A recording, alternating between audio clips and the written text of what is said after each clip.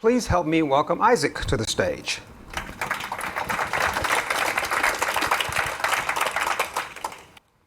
All right, Isaac, so tell us a little bit about you and your family here. Well, this picture is of my mother and me. We were in Tulum, Mexico for a wedding. We stayed an extra day to look at the Mayan ruins, so overlooking the coast. It's really nice. Excellent.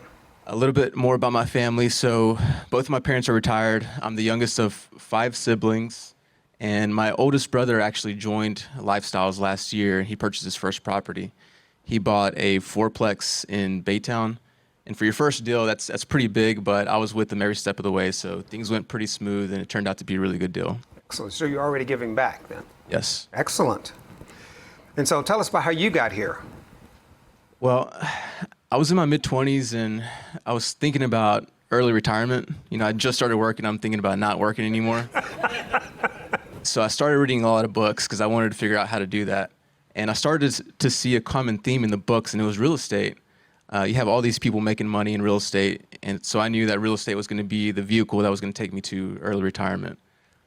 Luckily, I had 2 friends that were already in the program. They suggested I join. I did, and it was a really great decision. Okay. And what were you doing for a living? What are you doing now? I've been in the oil and gas industry for about 10 years. I'm currently doing project management for an engineering firm. Okay, excellent. So this is the house we're going to talk about tonight. You didn't have a lot of pictures, but you can tell you did a little bit of rehab because the before picture, was this typical of the house? Yes. Yeah, so the picture on the left is of the kitchen. I'm really bad about taking pictures, even of myself. It was hard to find a picture to send to Sorrel. But yeah, that's the kitchen, and on the right is the exterior. Now, the exterior didn't need a lot of work. I think the previous owners were trying to renovate it themselves. It was already painted, new windows, new roof. Most of the work was on the interior. Okay. You did a great job taking pictures after, but the before, you know, if you walk back 4 more foot, you take a picture of the whole room, you can see it better. Just so you know. I'm really bad at taking pictures. I was happy to get these pictures from you. So, like, do you have a picture of your girlfriend? It's just like her ear. Probably.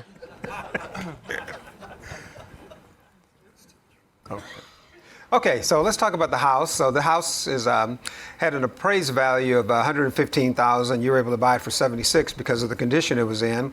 After the closing costs and the rehab, you had a net equity of a little over $15,000, and your out-of-pocket was only $10,735. And when did you buy this property?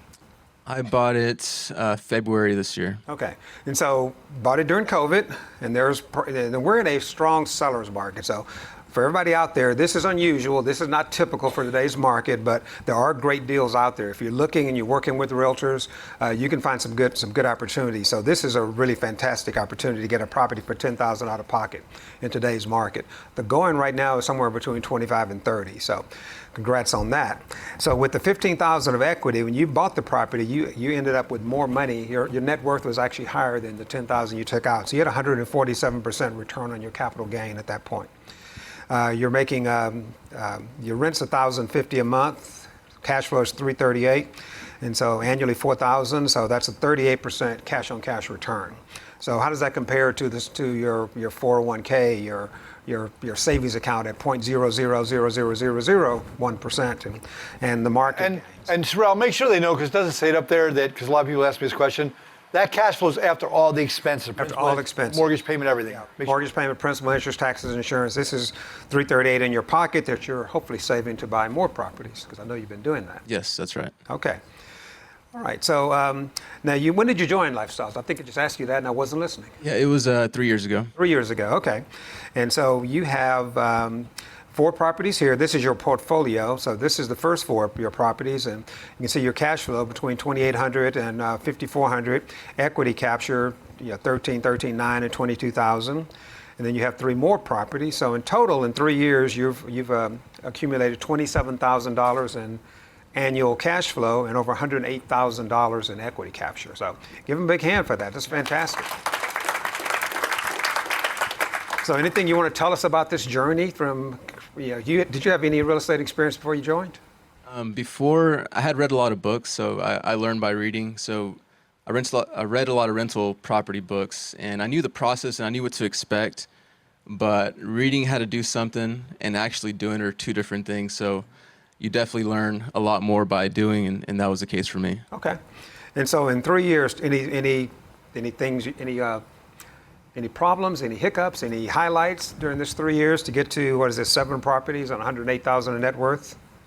No, I think that after every purchase, you become a better investor, and that's one thing that I would probably change. The first thing the first year I bought 3 properties, I think that was a little too much for me. So now I wait until I'm done with one property and use that experience and purchase another property. So it's worked out for me. Okay. Try to do 2 at once. Yes. Yeah, we're really against that when you're new. Did you call I'm sure me? your mentor told you that. Yeah. Sorrel, I gave you a lot of phone calls. I love phone calls. Now, one thing that's really awesome. How much tax did you pay on that 27 grand? Well, last year was the first year that I didn't have to pay the IRS. Yay! I mean, it had been many years, and I was very pretty surprised. So it was really nice. Excellent. Yeah, you don't realize it right away, but once you start getting a bunch of properties, you don't pay taxes anymore. Then you become a good American. Okay, so who's on your team? Obviously, you and I have spoken a couple of times in the past 3 years. So tell us who else you've been working with. So the realtor on this property was Conturi Cooper, my contract. That's a lifestyles realtor, correct? Yes. And my contractor was J&B Resurfacing. They're a lifestyles vendor. Some foundation work, Boost Foundation. Okay. I had a call from another member earlier today looking at a property, first property, and was concerned because it had foundation issues. So I told her that, in Houston, every house has or will have sometime in the future foundation issues because we're built on oatmeal. So did you have any trouble buying a property that had foundation issues once you got the proper people out there to work with you? No, so I have not purchased a property that hasn't required foundation work. So that's an expectation that I have. Every girl wears foundation. Just saying.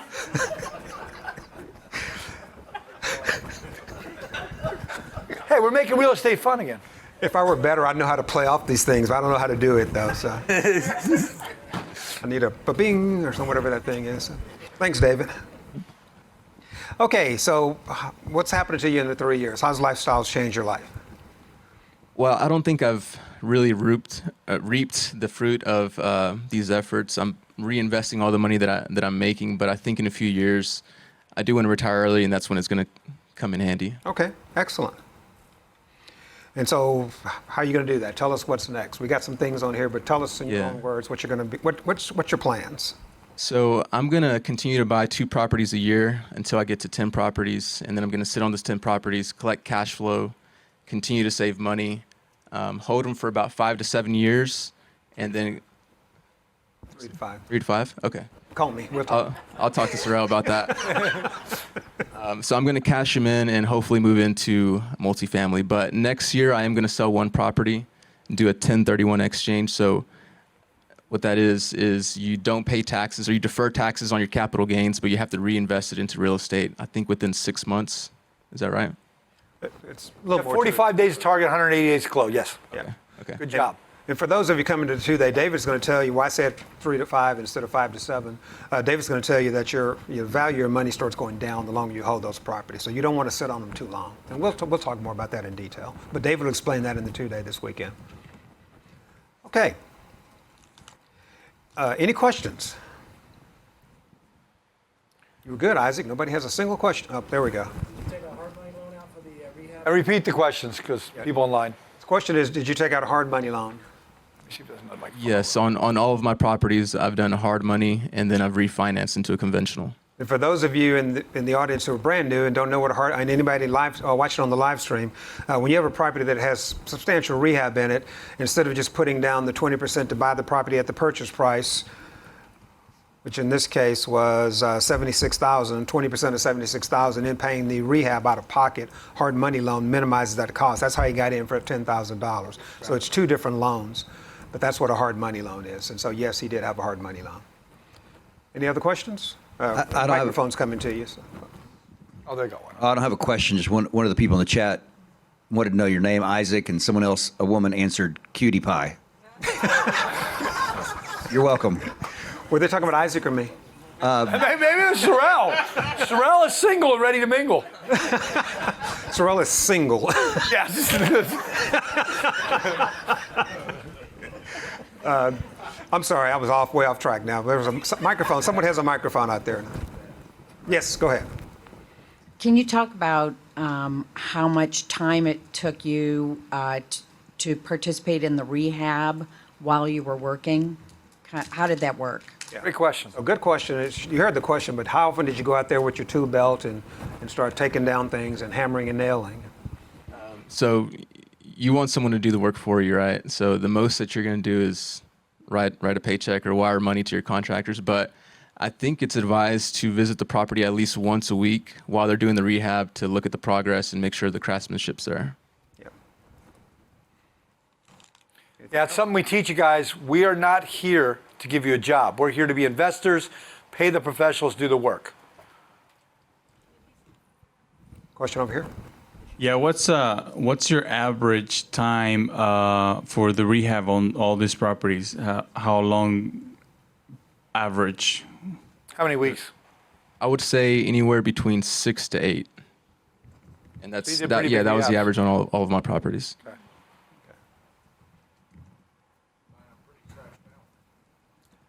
Yeah, Yes, were you buying them pretty trashed out?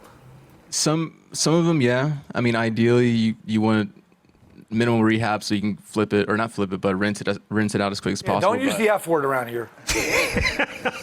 I have had some houses where we did a complete renovation, and I kind of sometimes prefer that because once it's done, the house looks brand new. And we don't always want minimal rehab. Sometimes the rehab can be fairly substantial. We just want the numbers to work out to the back end. The rehab may take a little longer, but all those costs, those holding costs are figured into your analysis, so you know that before you even buy the property. Okay. I'm sorry, I missed the beginning, but did you say where you found this deal from? Did it come through the Lifestyles Unlimited Realtors? Yes, so once you become a member, you're going to get these email blasts with properties, and that's how this one came through. So they have a tagging system.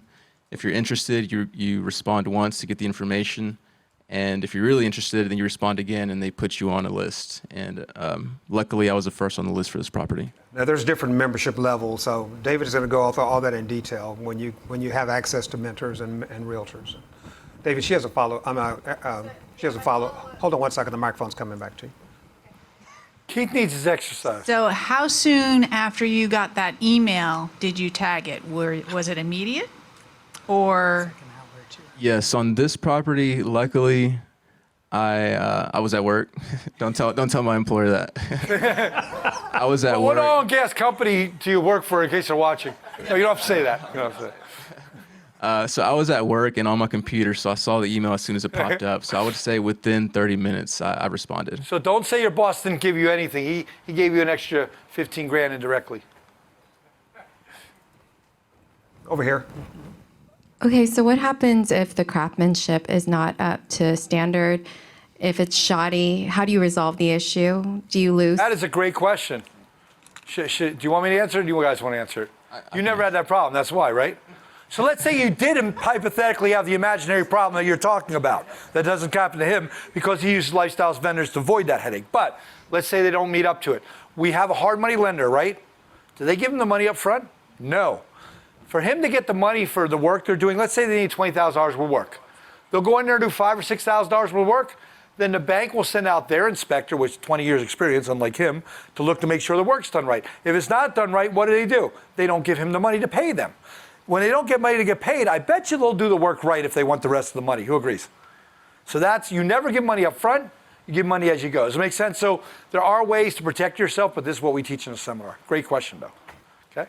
And Lifestyles also has a vendor list with a couple of hundred vendors here in the Houston area, including lots of general contractors and subcontractors, and they depend on the Lifestyles membership for their business, and you as a member get to rate those contractors, and they know they need to perform on task and on target to keep their ratings high to get other members to use them. And just so you know, there's another follow-up on that. We're always going to get 3 bids. Don't care if we use the same guy 5 times in a row.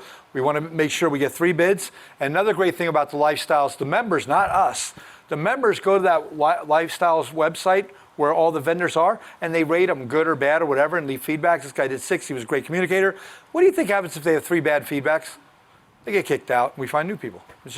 That's what's a great way to hold people accountable. Okay, we got time for a couple of more questions.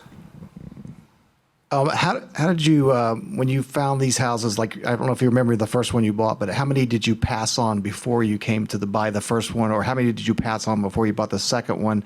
And then were there like stipulations that you had that you wanted the house to be in a certain location or a certain city, or that it had to have cash flow, or how did you make those decisions? At first, I was really excited to purchase a house, so I think I was a little trigger happy. It took me about 5 deals before I bought my first one and my second one as well. But I've learned from that, so now I've probably see like 50 houses before I pull the trigger. So wow. I'm a little more experienced, and I'm not going to pull the trigger unless it's something like this. Yeah, we will. So just really quick, what percentage return did you make on your first one? Do you think cash on cash or? I made 20% on equity. So that trigger happy deal only made 20%. Yeah, no, it's still a good deal.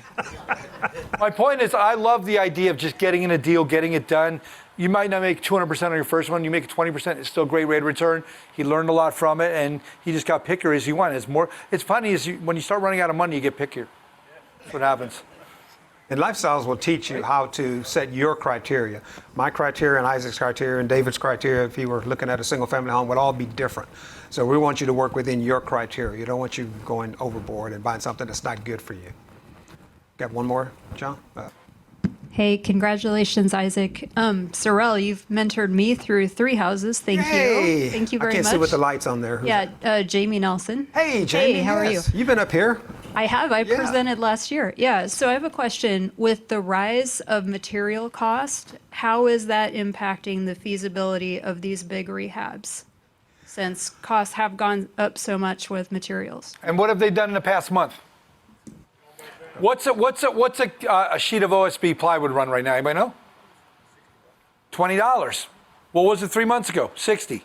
So there was a period where it was getting crazy, and what happened? It's going back down. Just so you know, go reshop through Home Depot yourself. 2x4s used to be $8 a piece a couple months ago. They're back down too. So, the prices are coming down. It did shoot up, and now it's shooting back down. Yeah. Thanks last year, riots in the streets. That's what caused lumber prices to go up. They boarded up every building. Okay. It's true. It's true. That was the demand. All right, David. I want to hear it's true. Online? David. Yeah. David. the other David. Zika. Do we have anything online? He's old. It's hard for him to read. Hold on. I was trying to answer this. I'm gonna let you answer it. If I have the money put down, would you be better doing a conventional financing or still do the hard money? If you run the numbers both ways, and it depends on your criteria. If I can buy a house for $10,000 out of pocket or $40,000 out of pocket, who'd rather pay 10 grand? For the same house. Who'd rather pay 40 grand? Because if you can buy 4 houses or 1 house with the same money, the reason is we want you to keep as much of your own money as you can, use other people's money so you can buy more real estate to make better rates of return. Most people think if I can just buy some conventional, but then you have all that money stuck in the deal and you can't pull it back out. If you use hard money, you have less money stuck in the deal. You understand the logic of that? That's millionaire mindset. Here's the word that comes behind that: opportunity cost. If you leave all this equity stuck in a deal, it's trapped in there for at least a year and a day. That's when we typically sell a property, 1, 2, 3 years later. I'd rather have more money to buy 4 or 5 deals than 1 deal with the same amount of money. Make sense logically? But then people make emotional. I don't want to pay a little bit extra to a hard money lender. No, you want to put less money down so you can buy more deals.